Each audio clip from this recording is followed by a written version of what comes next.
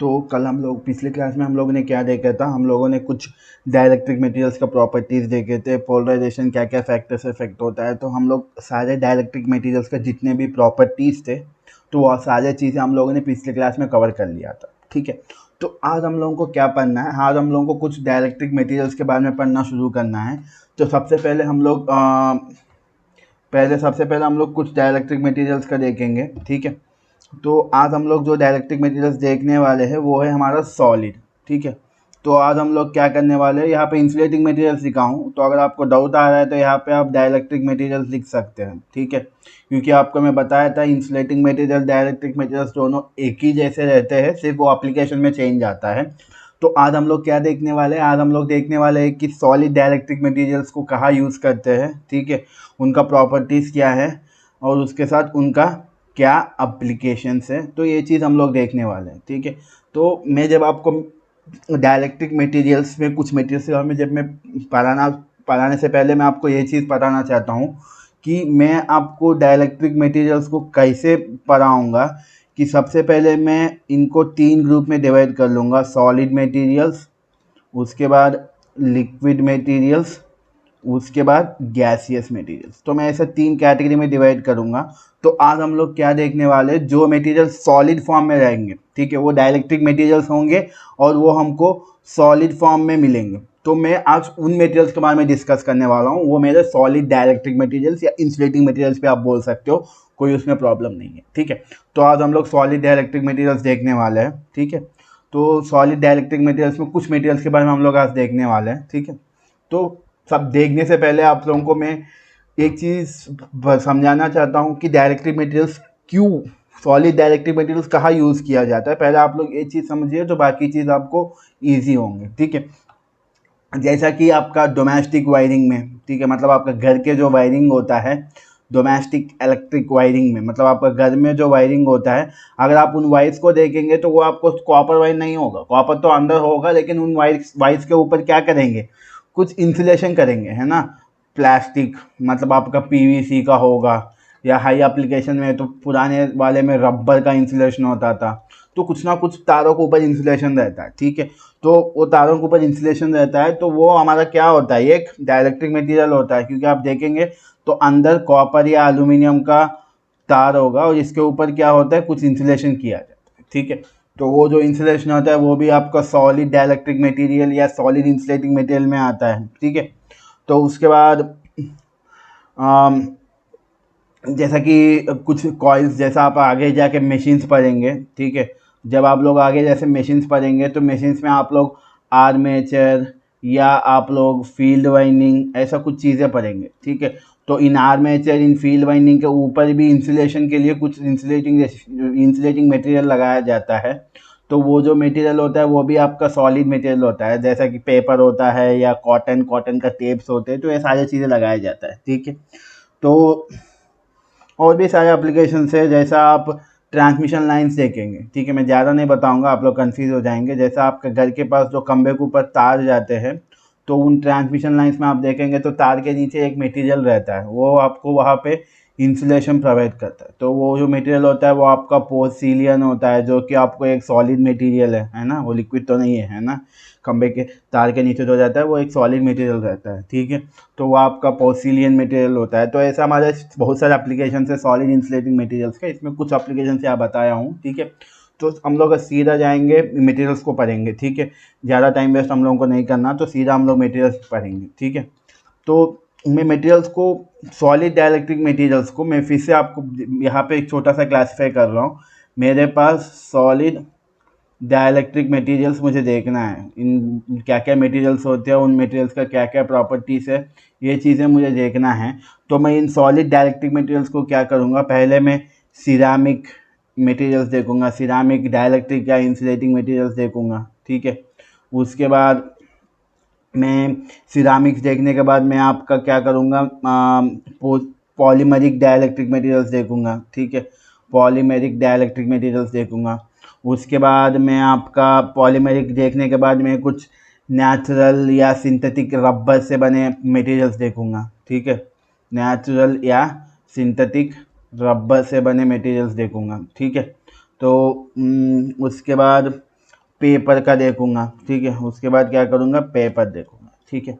तो ऐसा मैं देखूंगा, ठीक है। तो सिरामिक, पहले मैं सिरामिक मटेरियल्स क्या क्या होते हैं, सॉलिड मटेरियल्स में ही सिरामिक एक कैटेगरी है, तो सिरामिक मटेरियल्स में क्या क्या मटेरियल्स आते हैं देखूंगा, पॉलीमेरिक मटेरियल्स में क्या क्या मटेरियल्स आए नहीं देखूंगा, नेचुरल या सिंथेटिक रबर में क्या क्या मटेरियल्स आते हैं, और पेपर तो एक सीधा मटेरियल है, तो पेपर के बारे में पढ़ूंगा, ठीक है। क्योंकि सारी चीज़ें पढ़ना मुश्किल है, तो कुछ ही कुछ मटेरियल्स, इसमें दो, इसमें एक, ऐसा दो एक दो एक दो करके पढ़ेंगे, तो 3 4 5 6 मटेरियल्स के बारे में पढ़ेंगे, ठीक है। तो सबसे पहले सिरामिक मटेरियल्स देखेंगे, ठीक है।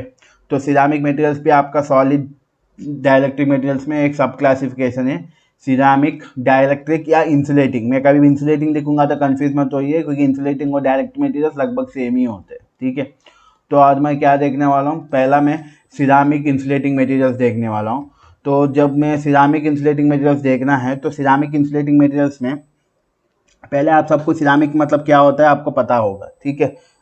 तो आप इसके पहले भी देखो, कल की मैं एक बार बता देता हूँ। सिरामिक मतलब वो एक नॉन मेटालिक, ठीक है, नॉन मेटालिक मटेरियल होता है। जो भी मटेरियल नॉन मेटालिक होता है और वो इनऑर्गेनिक मटेरियल होता है, नॉन मेटालिक, इनऑर्गेनिक और मेटल ऑक्साइड्स, उस वो जो बनता है उसका स्ट्रक्चर में अगर मेटालिक ऑक्साइड्स रहेंगे, मेटल्स नहीं रहेंगे लेकिन मेटालिक ऑक्साइड्स रहेंगे, और वो भी नॉन क्रिस्टलाइन फॉर्म में रहेंगे, तो उन अगर और नॉन क्रिस्टलाइन फॉर्म मतलब एमॉर्फस स्ट्रक्चर रहेगा उनका, तो उनको हम लोग क्या बोलते हैं, सिरामिक इंसुलेटिंग मटेरियल्स बोलते हैं, ठीक है।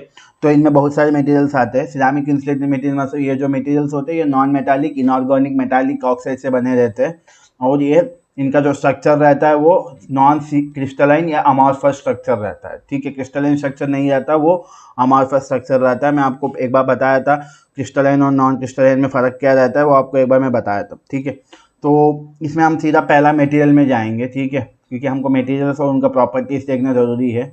तो पहला मटेरियल में देख रहा हूँ माइका, ठीक है, क्योंकि आप जो भी कैपेसिटर लेंगे तो बहुत सारे कैपेसिटर्स में आपका क्या होगा, माइका रहता है, ठीक है। तो हम लोग क्या करेंगे, माइका देखेंगे, ठीक है। माइका बहुत सारे मटेरियल्स में इंसुलेटिंग मटेरियल जैसा यूज़ किया जाता है, और आपको मैं स्टार्टिंग में जब मैं आपको डाइलेक्ट्रिक मटेरियल्स का क्लासिफिकेशन बता रहा था, तो उस समय आपको मैं टेम्परेचर के हिसाब से type A, type B, type C ऐसा अलग अलग में डिवाइड करते हैं, ठीक है।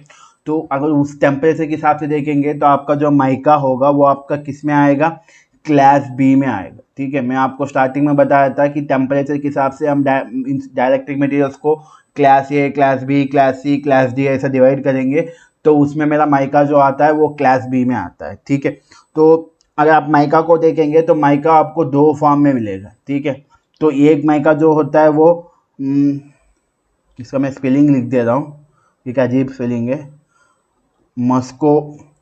मस्कोविटा, मस्कोवाइट बीटा बोलते हैं, मस्कोविटा माइका बोलते हैं, ठीक है। और दूसरा जो माइका होता है वो, ठीक है, स्पेलिंग लिख दे रहा हूँ, ये फोगोपाइट माइका होता है, ठीक है। तो PHLOGOPIT,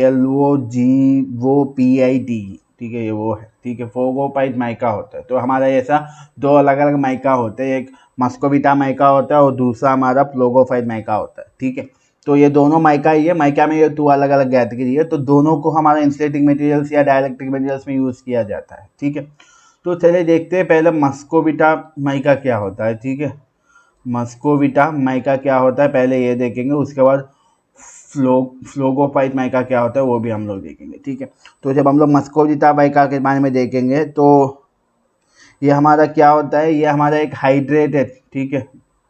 ये हमारा क्या होता है, ये हमारा एक हाइड्रेट है, ठीक है, पोटेशियम एल्यूमिनियम सिलिकाइट होता है, ठीक है।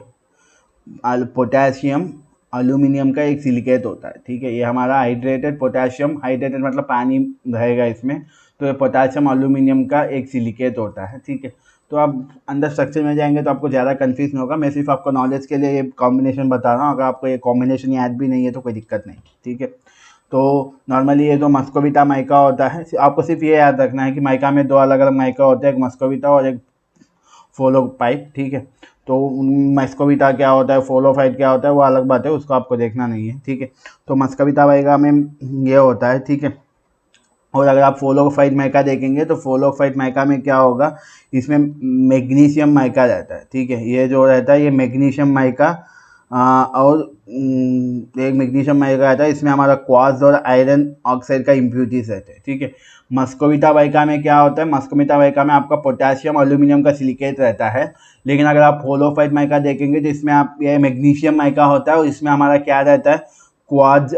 एक मेन कंपोनेंट हमारा क्या रहता है, इसमें क्वार्ट्ज रहता है, ठीक है। और क्वार्ट्ज के साथ हमारा क्या रहेगा, आयरन का ऑक्साइड रहेगा, ठीक है। क्वार्ट्ज और आयरन ऑक्साइड हमारे यहाँ पे एक इम्प्यूरिटीज जैसे रहेंगे, ठीक है। तो ज़्यादा घुसे मत, ठीक है। माइका में दो रहते हैं, एक मस्कोविटा माइका और एक फ्लोगोफाइट माइका। उसके बाद मस्कोविटा माइका में पोटेशियम एल्यूमिनियम सिलिकेट से बनते हैं और फ्लोगोफाइट माइका आपका मैग्नीशियम माइका रहता है। उस मैग्नीशियम माइका में क्वार्ट्ज और आयरन ऑक्साइड का इम्प्यूरिटीज रहते हैं, ठीक है। तो मैं यहाँ पे आपको ज़्यादा टाइम वेस्ट नहीं करवाऊँगा, मैं आपको सीधा सीधा इसका प्रॉपर्टीज़ बताऊँगा। तो प्रॉपर्टीज़ के लिए हम एक टेबल लेंगे, ठीक है। एक मिनट, प्रॉपर्टीज़ के लिए हम लोग एक टेबल लेंगे, ठीक है। तो टेबल लेने से हम लोगों को थोड़ा आसान होगा, ठीक है, और टाइम वेस्ट भी नहीं होगा। बहुत सारे प्रॉपर्टीज़ है दोनों का, तो एक टेबल में नहीं आ पाया, तो मैं दूसरा टेबल भी दिखा दे रहा हूँ, ठीक है। देखिए,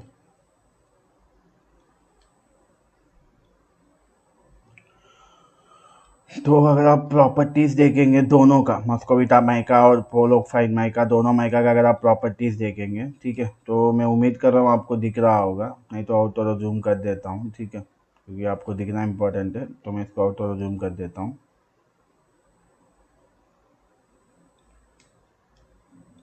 ठीक है। तो देखिए, ये आपका अलग अलग प्रॉपर्टीज़ बता रहा हूँ दोनों का। अगर आप मस्कोविटा माइका का देखेंगे तो मस्कोविटा माइका का जो डाइलेक्ट्रिक कांस्टेंट रहेगा वो कितना रहेगा, 6 to 7 रहेगा। और फ्लोगोफाइट माइका का 5 to 6 डाइलेक्ट्रिक कांस्टेंट रहेगा, ठीक है। अगर आप मस्कोविटा के डाइलेक्ट्रिक मटेरियल से, तो इनका डाइलेक्ट्रिक प्रॉपर्टीज हमको देखना है, क्योंकि वही हमारे लिए जरूरी है, ठीक है।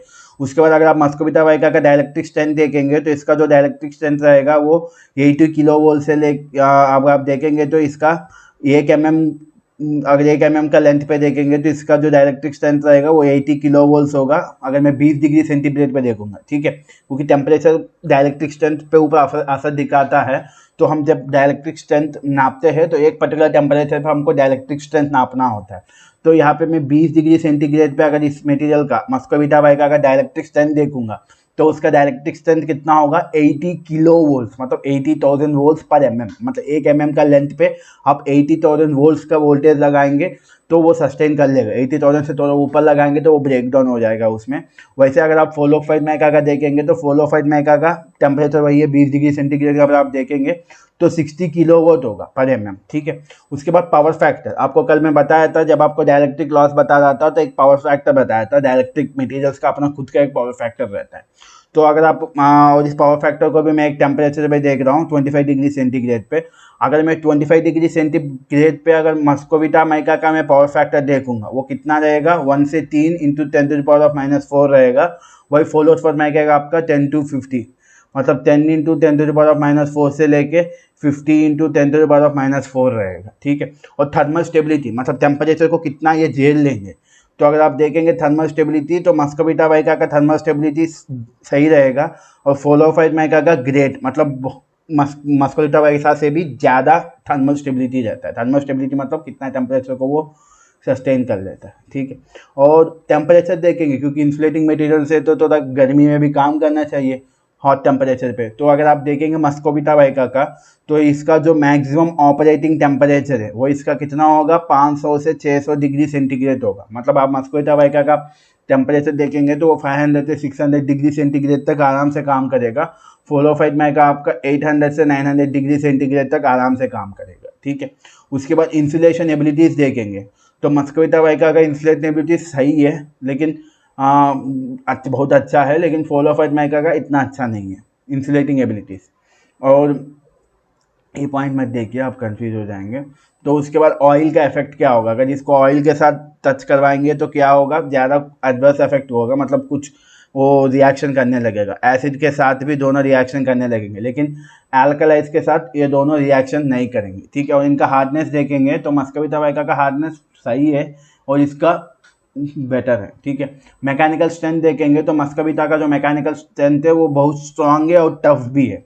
और अगर आप फ्लोरोफाइट माइका देखेंगे स्ट्रॉन्गर है और टफर है, इससे कंपेयर करके इसका ज़्यादा है, ठीक है। तो और भी प्रॉपर्टीज है, फ्लेक्सिबिलिटी कैसा है इनका, डेंसिटी कैसा है, कलर कैसा है, तो ये सब आप जब आपको नोट्स दूंगा तो उसमें आप ये सब देख सकते हैं। तो मेनली जो प्रॉपर्टीज है वो मैं यहाँ पे कवर किया हूँ। डाइलेक्ट्रिक स्ट्रेंथ कितना है, डाइलेक्ट्रिक कांस्टेंट कितना है, पावर फैक्टर कितना है, मैक्सिमम ऑपरेटिंग टेम्परेचर कितना है, ये सब मैं कवर किया हूँ, ठीक है। उसके बाद लास्ट में एक पॉइंट मुझे कवर करना है, वो है एप्लीकेशन। तो अगर आप मस्कोविटा वाइका को देखेंगे तो मस्कोविटा वाइका आपका कहाँ यूज़ होगा, कैपेसिटर्स में या मोटर के कॉम्यूटेटर्स में यूज़ किया जाता है।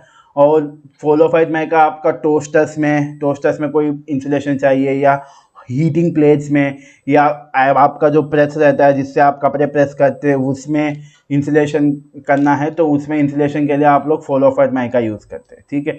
तो मस्कोविटा माइका आपका कैपेसिटर्स में यूज़ किया जाता है, और आप आगे जाके डीसी मशीन पढ़ेंगे तो डीसी मशीन के कॉम्यूटेटर में यूज़ किया जाता है। और फ्लोरोफाइट माइका आपका टोस्टर्स में या गर्म प्लेट्स में या आपका जो प्रेस रहता है प्रेस में यूज़ किया जाता है, ठीक है। तो ये सब आपके क्या है, माइका, दो अलग अलग माइकाओं का प्रॉपर्टीज़ है, ठीक है। उसके बाद हमको क्या देखना है, हमको अगला मटेरियल देखना है। तो अगला मटेरियल हम लोग क्या देख रहे हैं, हम सीधा जा रहे, अगला हम लोग पोर्सिलियन देखेंगे, ठीक है। तो अगला मटेरियल हम लोग क्या देखने वाले हैं, पोर्सिलियन, ठीक है। पोर्सिलियन मतलब अभी आपको बताया था खंबे के ऊपर जो रहते हैं वो हमारा पोर्सिलियन रहते हैं। तो अगला मटेरियल हम लोग क्या देखने वाले, पोर्सिलियन देखने वाले, ठीक है। तो ये पोर्सिलियन जो रहता है ये किस किस से बनता है, ये क्ले से, क्ले, और इसमें कुछ क्वार्ट्ज भी रहता है, ठीक है, क्वार्ट्ज क्रिस्टल भी रहता है थोड़ा बहुत, और इसमें फेल्सपर रहता है, फेल्सपर आप सिर्फ नाम याद रखिए, ठीक है। और फेल्सपर के साथ इसमें क्या रहता है, बेरियम कार्बोनेट भी रहता है, ठीक है। इसमें क्या रहता है, बेरियम कार्बोनेट भी रहता है, ठीक है। तो ये जो पोर्सिलियन रहता है इसमें क्ले, क्वार्ट्ज, बेरियम कार्बोनेट, ये सारी चीज़ें रहेंगे, ठीक है। तो इन सबको क्या करेंगे, अच्छे से मिक्स करेंगे।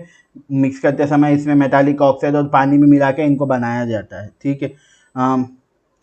मतलब आपको इसका प्रोसेस भी अगर चाहिए तो मैं बता दे रहा हूँ। इसको क्या करेंगे, इन सारे चीज़ों को क्या करेंगे, अच्छे से ग्राइंड करके उसके बाद मिक्स करेंगे। और मिक्स करते समय इसमें क्या करेंगे, कुछ मेटालिक ऑक्साइड्स मिलाएंगे और साथों साथ पानी भी मिलाएंगे, ठीक है। तो ये सब मिलाने के बाद एक मिक्सर बनेगा, है ना, ये सब मिलाने के बाद एक मिक्सर बनेगा। तो इस मिक्सर को ये लोग क्या करेंगे, पहले इसको क्या करेंगे, सुखाएंगे या जलाएंगे। और कितना टेम्परेचर पे इसको सुखा के जलाएंगे, 1200 डिग्री सेंटीग्रेड से लेके 1700 डिग्री सेंटीग्रेड तक इसको क्या करेंगे, सुखा के जलाएंगे, ठीक है। तो जलाएंगे तो हमारा क्या होगा, पोर्सिलियन बनेगा। और अगर आप इस पोर्सिलियन को देखते हैं तो जैसा आप कोई आगे जाके कभी ट्रांसफार्मर्स देखेंगे तो ट्रांसफार्मर्स के जो बुशिंग्स रहते हैं उन बुशिंग्स में यही यूज़ किया जाता है, ठीक है। उसके बाद आपका लाइन, तारों के नीचे जो इंसुलेटर्स रहते हैं लाइन इंसुलेटर्स बोलते हैं, तो वो लाइन इंसुलेटर्स में भी यही पोर्सिलियन से ही वो लाइन इंसुलेटर्स बनाया जाता है। या आपका प्लग्स, सॉकेट्स, फ्यूज़ होल्डर्स, आपका घर में जो फ्यूज़ का होल्डर रहता है ना, तो वो फ्यूज़ होल्डर भी क्या होता है, वो पोर्सिलियन का ही बनता है, ठीक है। तो पोर्सिलियन का ही बनता है, ठीक है। तो और अगर आप पोर्सिलियन देखेंगे तो पोर्सिलियन में भी हम लोग दो कैटेगरी में डिवाइड कर सकते हैं, क्योंकि पोर्सिलियन हम लोग मेनली इलेक्ट्रिकल एप्लीकेशंस में यूज़ करते हैं। तो पोर्सिलियन को हम लोग दो टाइप्स में डिवाइड कर सकते हैं। एक हम लोग लो वोल्टेज पोर्सिलियन बोल सकते हैं, और दूसरा हम लोग हाई वोल्टेज पोर्सिलियन बोल सकते हैं। अगर पोर्सिलियन लो वोल्टेज के लिए बनाया जाए तो उसको लो वोल्टेज पोर्सिलियन बोलते हैं। अगर पोर्सिलियन मटेरियल हाई वोल्टेज के लिए बनाएंगे, मतलब वो मिक्सर में थोड़ा बहुत फ़र्क रहता है, तो उसको हाई वोल्टेज पोर्सिलियन बोला जाता है, ठीक है। तो इसका प्रॉपर्टीज़ देखेंगे, लो वोल्टेज पोर्सिलियन का क्या क्या प्रॉपर्टीज़ होते हैं, हाई वोल्टेज पोर्सिलियन का क्या क्या प्रॉपर्टीज़ होते हैं, तो सीधा हम लोग प्रॉपर्टीज़ देखेंगे, ठीक है। क्योंकि पोर्सिलियन में बताया हूँ आपको, पोर्सिलियन अलग अलग मिक्सर मिला के उसके बाद उनको पानी और मेटल ऑक्साइड के साथ मिलाने के बाद उनको 1200 से 1700 डिग्री में सुखाते हैं या जलाते हैं। जलाने के बाद हमारा पोर्सिलेन बनता है, और पोर्सिलेन हमारा इलेक्ट्रिकल में हर जगह, जैसे लाइन तारों के नीचे इंसुलेशन के लिए या ट्रांसफार्मर के पास इंसुलेशन के लिए, तो ऐसा हर जगह आपका क्या होता है, पोर्सिलेन या आपका फ्यूज़ का होल्डर्स में पोर्सिलेन यूज़ किया जाता है। तो पोर्सिलेन आपका लो वोल्टेज हाई वोल्टेज दो टाइप के होते हैं, ठीक है। अगर वो पोर्सिलेन लो वोल्टेज के लिए बना है तो उसको लो वोल्टेज पोर्सिलेन बोलते हैं। अगर वो पोर्सिलेन आपका हाई वोल्टेज के लिए बना है तो उसको आप हाई वोल्टेज पोर्सिलेन बोलते हैं, ठीक है। तो यहाँ टाइम वेस्ट ज़्यादा नहीं करेंगे, तो हम लोग सीधा इसका क्या क्या प्रॉपर्टीज़ रहते हैं तो वह प्रॉपर्टीज़ देखेंगे, ठीक है। तो मैं प्रॉपर्टीज़ आपको सीधा एक इमेज दिखा दूंगा, क्योंकि लिखने में टाइम लगता है ना। तो यहाँ पे मैं दोनों का प्रॉपर्टीज़ कंपेयर करते हुए बताऊंगा। तो यहाँ पे आप देखेंगे तो, सॉरी वो कहीं चला गया, एक मिनट। तो ये है भाई आपका, ठीक है। तो ये आपका पोर्सिलेन का प्रॉपर्टीज़ है, ठीक है। तो जैसा उसमें देखे थे, इसमें भी हम लोगों को पावर फैक्टर देखना है। तो अगर आप लो वोल्टेज पोर्सिलेन का पावर फैक्टर देखेंगे तो इसका जो पावर फैक्टर होगा वो 0.07 से लेके 0.02 तक रहता है, ठीक है। और अगर आप हाई वोल्टेज पोर्सिलेन का पावर फैक्टर देखेंगे तो वो आपका 0.008 से लेके 0.025 तक रहता है। उसके बाद फ्रीक्वेंसी वही है 50 हर्ट्ज फ्रीक्वेंसी पे। उसके बाद अगर आप डाइलेक्ट्रिक कांस्टेंट देखेंगे तो लो वोल्टेज पोर्सिलेन का डाइलेक्ट्रिक कांस्टेंट 5.5 रहता है, हाई वोल्टेज पोर्सिलेन का डाइलेक्ट्रिक कांस्टेंट 5.7 रहता है, ठीक है। अगर आप डाइलेक्ट्रिक स्ट्रेंथ देखेंगे तो इसका 5 मेगावोल्ट्स, पिछले वाले का किलो वोल्ट्स था, तो उससे कंपेयर कर इसका डाइलेक्ट्रिक स्ट्रेंथ और ज़्यादा है। कितना है, अगर आप 1 मीटर का लेंथ लेंगे तो इसका जो डाइलेक्ट्रिक स्ट्रेंथ होगा वो 5 मेगावोल्ट्स होगा और इसका 5.5 मेगावोल्ट्स होगा, ठीक है। तो उसके बाद इसका वॉल्यूम रेसिस्टिविटी कितना होगा, एक वॉल्यूम का रेसिस्टिविटी 10⁻9 से लेकर 10⁻12 रहता है, क्योंकि ये डाइलेक्ट्रिक मटेरियल से इनका रेजिस्टेंस बहुत ज़्यादा रहता है। 10⁻9 -9 नहीं, वो सिर्फ 10⁻9 से लेकर 10⁻12, और इसका 10⁻10 से लेकर 10⁻12 तक रहता है, ठीक है। तो इसका स्पेसिफिक ग्रेविटी देखेंगे तो 2.4, इसका 2.7, और वाटर ऑब्जर्विटी कितना पानी ऑब्जर्व करेंगे तो 0.5 से लेकर 2.5%, और ये 0 से लेकर 0.5%।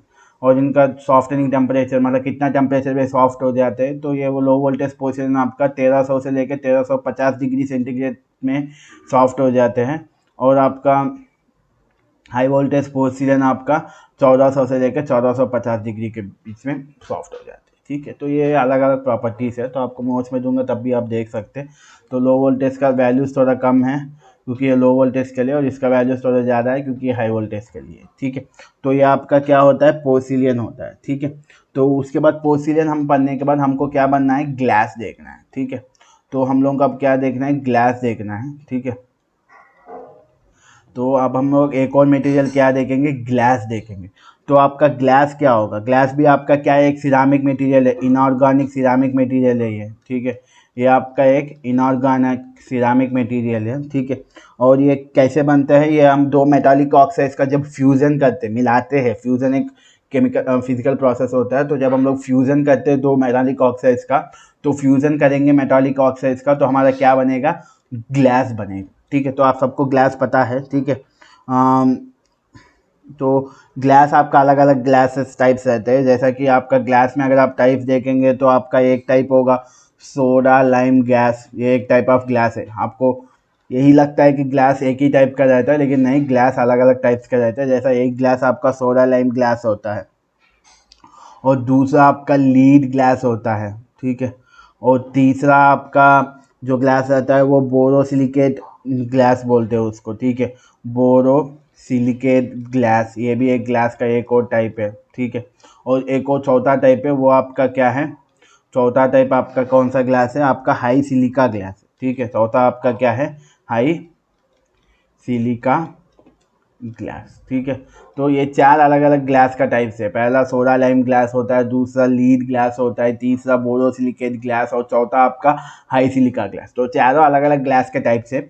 इनका कैसे बनते हैं आपको नहीं जानना, क्योंकि ये वैसे ही बनते हैं, मेटल ऑक्साइड्स का फ्यूज़न करते समय ही ग्लास बनता है, लेकिन वो जो रेशियो होता है उनमें थोड़ा बहुत चेंज करते हैं ताकि ये ग्लास ऐसा अलग अलग बने, ठीक है। तो हम सीधा इनका प्रॉपर्टीज़ में जाएंगे, ठीक है। चारों का प्रॉपर्टीज़ कंपेयर करके बताऊंगा आपको। तो चारों का प्रॉपर्टीज़ अगर कंपेयर करके देखेंगे हम लोग, तो ये वाला टेबल अगर आप देखेंगे तो देखिए ये वाला टेबल, तो अगर आप ये वाला टेबल देखेंगे तो इसमें ऑटो जूम कर दूँ, तो ये वाला आपका टेबल है, ठीक है। इसमें अगर देखेंगे तो हमको पहले पहले डाइलेक्ट्रिक कांस्टेंट देखना है। तो अगर आप सोडा लाइम ग्लास का देखेंगे, इसका डाइलेक्ट्रिक 0.7 रहता है, लीड ग्लास का 6.6, बोरोसिलिकेट ग्लास का 4.7, हाई सिलिका ग्लास का 3.4। और अगर आप पावर फैक्टर देखेंगे तो पावर फैक्टर इसका देखिए 1 मेगाहर्ट्ज फ्रीक्वेंसी के पास और 293 डिग्री केल्विन टेम्परेचर के पास इसका पावर फैक्टर कितना रहेगा, 0.004, इसका 0.0016, 0.0046, 0.002, ठीक है। उसके बाद थर्मल एक्सपेंशन, मतलब 1 डिग्री सेंटीग्रेड में ये कितना एक्सपैंड होता है, तो इसका एक्सपेंशन 85 इंटू 10⁻⁻7, इसका 91 इंटू 10⁻⁻7, इसका 32 इंटू 10⁻⁻7 और इसका 5.5 इंटू 10⁻⁻7, ठीक है। अगर आप रेस्टिविटी देखेंगे तो आपका सोडा लाइम ग्लास का जो रेस्टिविटी रहता है वो आपका 0.065 होता है, लीड ग्लास का जो रेस्टिविटी रहता है वो 0.089 होगा, बोरोसिलिकेट ग्लास का 0.081 होगा, हाई सिलिका ग्लास का 0.12 होगा, ठीक है। और स्पेसिफिक ग्रेविटी सॉफ्टनिंग पॉइंट इनका 730 डिग्री सेंटीग्रेड पर सॉफ्ट हो जाता है, ये 630 और 820 और 1665 डिग्री। तो अलग अलग टेम्परेचर पे क्या होता है सॉफ्टनिंग पॉइंट, मतलब उस टेम्परेचर पे क्या हो जाएंगे, वो आपका सॉफ्ट हो जाएंगे मटेरियल, ठीक है। तो ये क्या है आपके अलग अलग प्रॉपर्टीज है आपका ग्लास के, ठीक है। तो ये आपका ग्लास के अलग अलग प्रॉपर्टीज है, ठीक है। तो ये आपका क्या है सिरामिक मटेरियल्स में अलग अलग मटेरियल्स है, ठीक है। तो ये यहाँ तक आपको बहुत है, ठीक है। तो ये सब आपके क्या है सिरामिक मटेरियल्स के अलग अलग मटेरियल्स है। उसके बाद हम लोगों को क्या देखना है, पोर्सिलियन मटेरियल्स देखना है और हम लोगों को रबर देखना है। तो अगर हम लोग पोर्सिलियन, रबर और पेपर देखेंगे तो हमारा सॉलिड मटेरियल्स खत्म हो जाएगा, ठीक है। तो आज जो सीखे वो आपका क्या है सिरामिक मटेरियल, सॉलिड में एक सब कैटेगरी है सिरामिक मटेरियल्स। तो आज हम लोगों ने क्या किया सिरामिक मटेरियल्स में कुछ मटेरियल्स का प्रॉपर्टीज देखे हैं। तो कल हम लोग क्या करेंगे पोर्सिलियन मटेरियल्स में कुछ मटेरियल्स के बारे में देखेंगे, उसके बाद रबर में कुछ रबर्स के बारे में और आपका पेपर के बारे में देखेंगे। तो कल हमारा सॉलिड डाइलेक्ट्रिक मटेरियल्स खत्म हो जाएगा, तो उसके बाद हम लोग लिक्विड डाइलेक्ट्रिक मटेरियल्स में जाएंगे, ठीक है। तो आज यहीं तक स्टॉप करेंगे क्योंकि ये मटेरियल्स थोड़ा बोरिंग होते हैं, इनका प्रॉपर्टीज है सब चीज़ें, तो यहाँ तक स्टॉप करेंगे क्योंकि लंबा लंबा वीडियो बनाने से आप लोग बोर हो जाओगे। तो हम लोग क्या करेंगे अगले क्लास में पोर्सिलियन डाइलेक्ट्रिक मटेरियल्स देखेंगे, ठीक है। जो डाइलेक्ट्रिक मटेरियल्स पोर्सिलियन टाइप के होते हैं तो उनके बारे में देखेंगे। तो कन्फ्यूज मत होइए, आपका सॉलिड डाइलेक्ट्रिक मटेरियल्स में ये सारे मटेरियल्स आ रहे हैं, ठीक है। तो इतना सारे मटेरियल्स है तो हम उनको क्या किया हूँ अलग अलग में डिवाइड किया हूँ। कुछ मटेरियल्स सिरामिक में आ गए, कुछ मटेरियल्स पोर्सिलियन में जी पॉलीमर में आ गए, कुछ मटेरियल्स आपके रबर में आ गए और कुछ मटेरियल और एक अलग मटेरियल है वो आपका पेपर है। तो आज हम लोगों ने सिरामिक मटेरियल्स में माइका और माइका में दो अलग अलग टाइप से उसको देखे, उसके बाद पोर्सिलियन में भी दो अलग अलग टाइप से लो वोल्टेज हाई वोल्टेज वो देखे हैं। उसके बाद ग्लास में भी 4 अलग अलग टाइप से, तो इन चारों का हम लोगों ने प्रॉपर्टीज़ देखा। तो अगले क्लास में हम लोग पॉलीमर्स और रबर तो वो कम ही है, तो एक ही क्लास में पूरा वो सॉलिड डाइलेक्ट्रिक मटेरियल्स आपका खत्म हो जाएगा, ठीक है।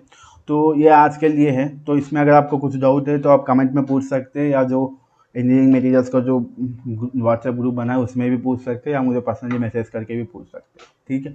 तो यहीं पे आज एंड करते हैं, ठीक है। तो बाकी हम लोग कल देखेंगे।